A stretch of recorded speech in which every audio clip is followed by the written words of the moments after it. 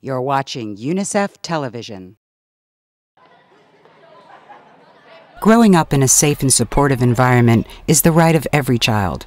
That includes proper education, good health care, and the right to be protected from exploitation. But some children fall through the cracks and end up on the street, victims of the sex trade, where they are sold night after night, cut off from society, their innocence shattered. They fall prey to violence, sexually transmitted diseases, and unplanned pregnancies. Dewi says it all started in high school. Her parents were divorced, and she really didn't know her dad. She says one day her friend, who had already left home, asked her to go to a disco. But Dewi says she really didn't know anything about that kind of nightlife. She says when she was inside, they gave her something, some kind of drug, and a man came, and she ended up staying there. Then she was introduced to someone else. Then after a while, she says, they just sold her to men in Yogyakarta and Solo. She says her ordeal lasted about a year. Dewi is one of the few that got out of the sex trade, and now she volunteers at the same foundation that helped her find her way, Yayasan Kakak. Soim says that studies show that many girls become prostitutes because of economic reasons, as well as problems within their families, like broken homes. She says their surroundings affect them too, and some kids even fall into the sex trade because they want money to buy things, so they end up victims too.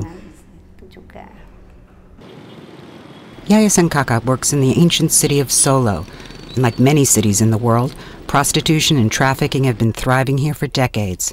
In Indonesia, it's estimated that between 70 and 200,000 children are victims of the commercial sex trade. UNICEF Child Protection Officer, Pitos Haridanu, works closely with Yayasan Kakak. The foundation is one of several local groups that the UN Children's Fund supports in Central Java.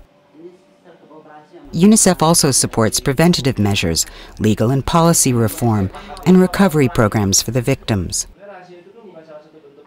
Creative outlets, including drama and dance, are one way the children can begin to regain their self-confidence.